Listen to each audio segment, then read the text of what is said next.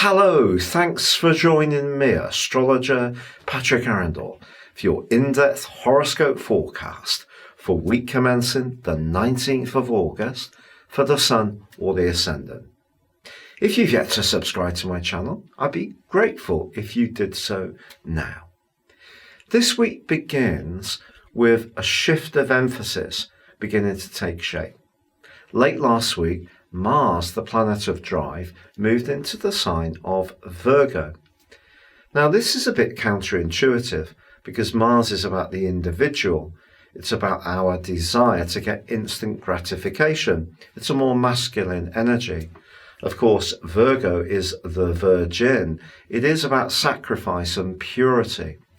But Mars in this area can see us able to work harder, sustain our efforts in a much more focused way, and look for tangible results. Now, Mars is going to be joined on Wednesday by Venus.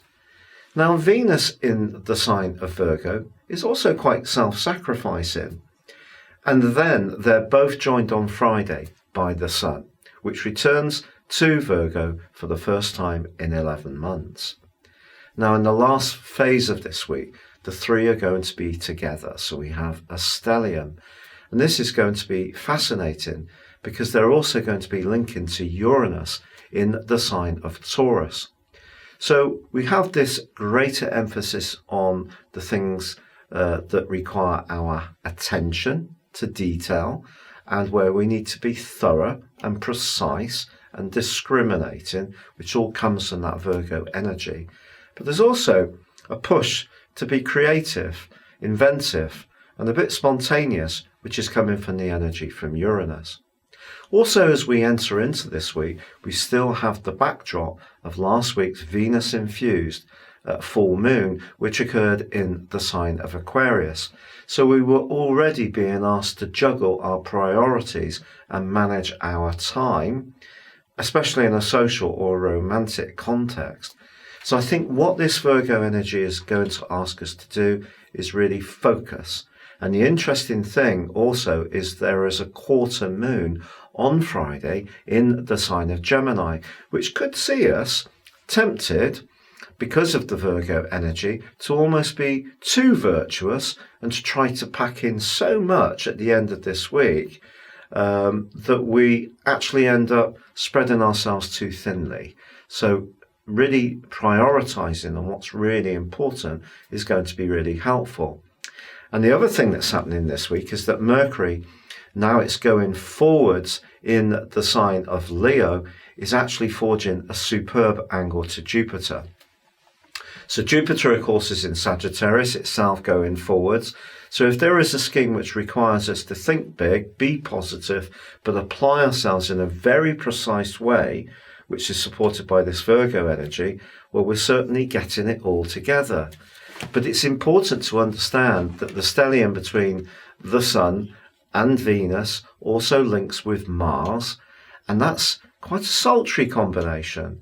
So it may say us orientated in some way with our passions to do something that can be good for someone or good for a relationship, but especially where we can think of another person's needs and be a bit more thoughtful or practical in the way that we help them. Your specific forecast, Pisces, does, it's true, put a big emphasis on your relationships in a very positive way. But I just want to flag up an angle between Mercury and Jupiter. Jupiter's the planet of growth.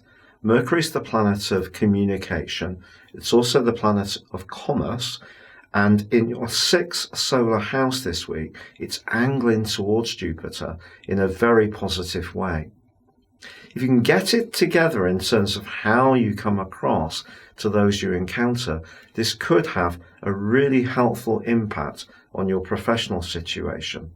So if you're doing a presentation, pitching for a new job, if you're attending an interview, you can come across in a way which is upbeat and convincing, because late last week, Mars moved into your sector of competition, into the sign of Virgo, but it's going to be joined by the more subtle energies of Venus midweek, and on Friday, the Sun.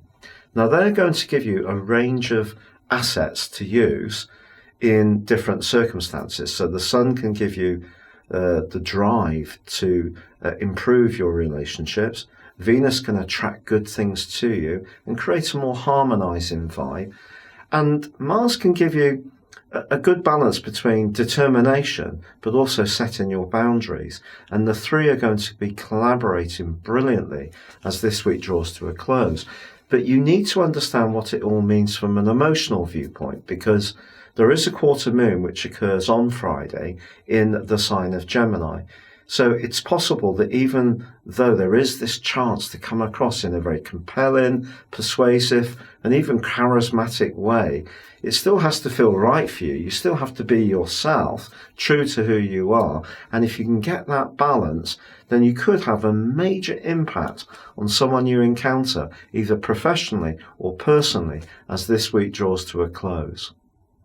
If you'd like to know more about personal astrology based on your time, date and place of birth, why not check out the link beneath this video and visit my personal horoscope store. If you buy a year's forecast and a character analysis, I will give you a 30% discount. But for now, it's been a real pleasure being with you. Good luck and goodbye.